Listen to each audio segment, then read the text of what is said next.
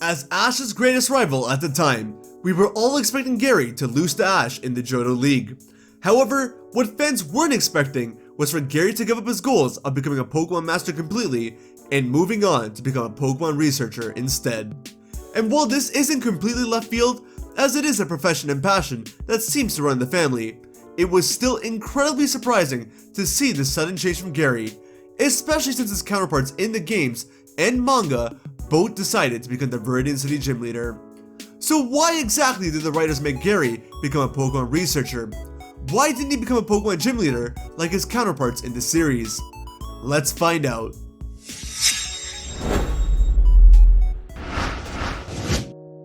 What's going on, guys? HybridHero here. Gary is one of my favorite characters in the anime, and his character arc is one that really stood out to me while growing up as a kid.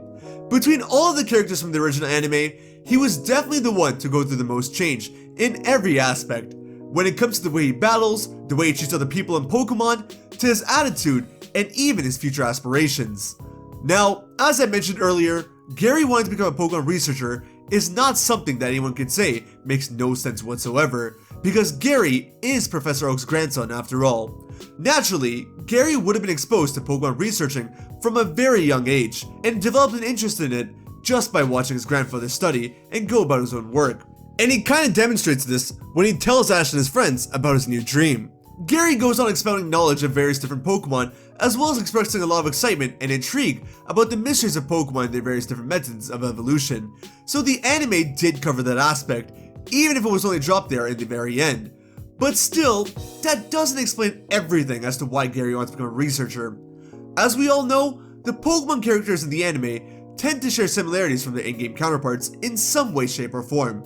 For example, May and Dawn were both playable characters in the main series Pokemon games, and since they can't have their own unique journey in the Pokemon anime, they became one of Ash's many traveling companions, so that they essentially go on the same journey that the player would go on within the main series of Pokemon games. With other characters like Brock and Misty, for example, they're both Ash's traveling companions within the anime, but they're both gym leaders within the games. However, they still fulfill these duties to some extent in the anime, as they both took on the roles as gym leaders when they needed to at various different points in the show.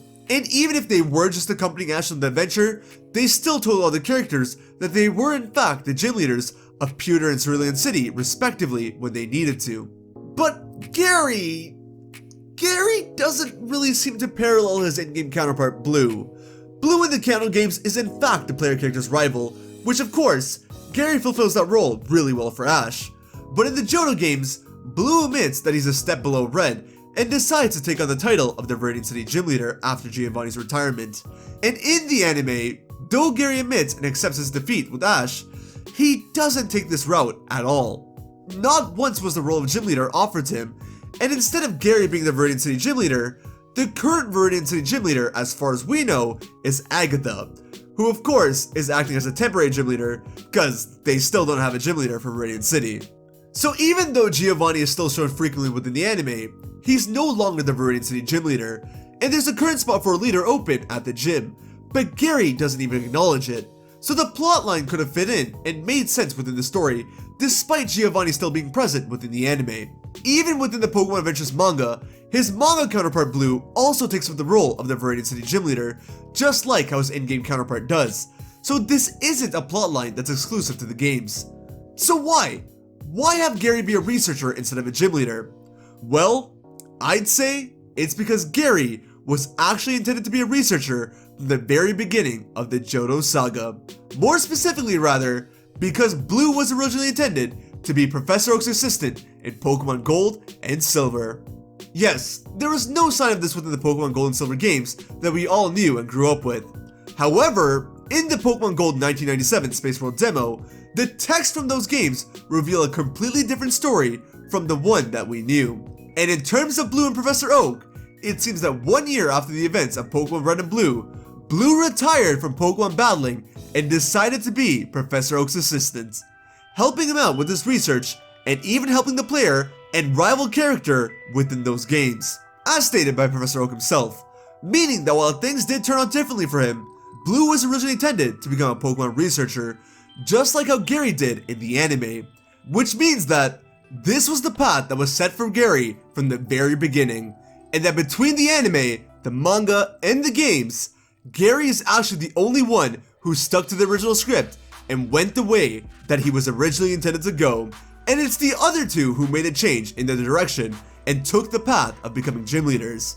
Crazy, huh? Not only that, but I'd even say that Gary's character is drastically different from that of both versions of Blue, and that Gary's character and transformation was the original route of the side characters once again. Despite the events that occurred within the games, Blue is still shown to be somewhat cocky and arrogant, as seen when you meet him for the first time in the Johto games.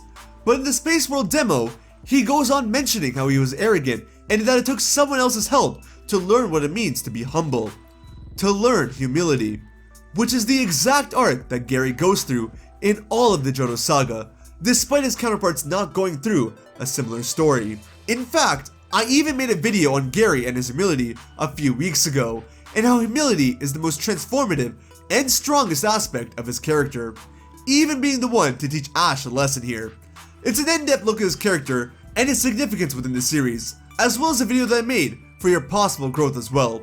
So I do hope that you watch it and take away something significant and possibly life-changing from it as well, as that is my intention behind that whole series.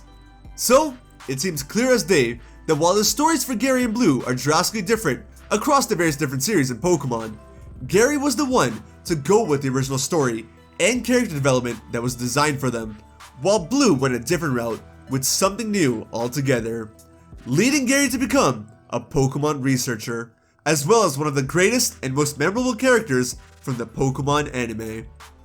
In case you want to watch more Gary or Blue related content and the previous video wasn't your style, I've got a video here on Gary about what his team may look like if he was an NPC within the games, and a very old video on Blue and how he may have been the very first Indigo League champion.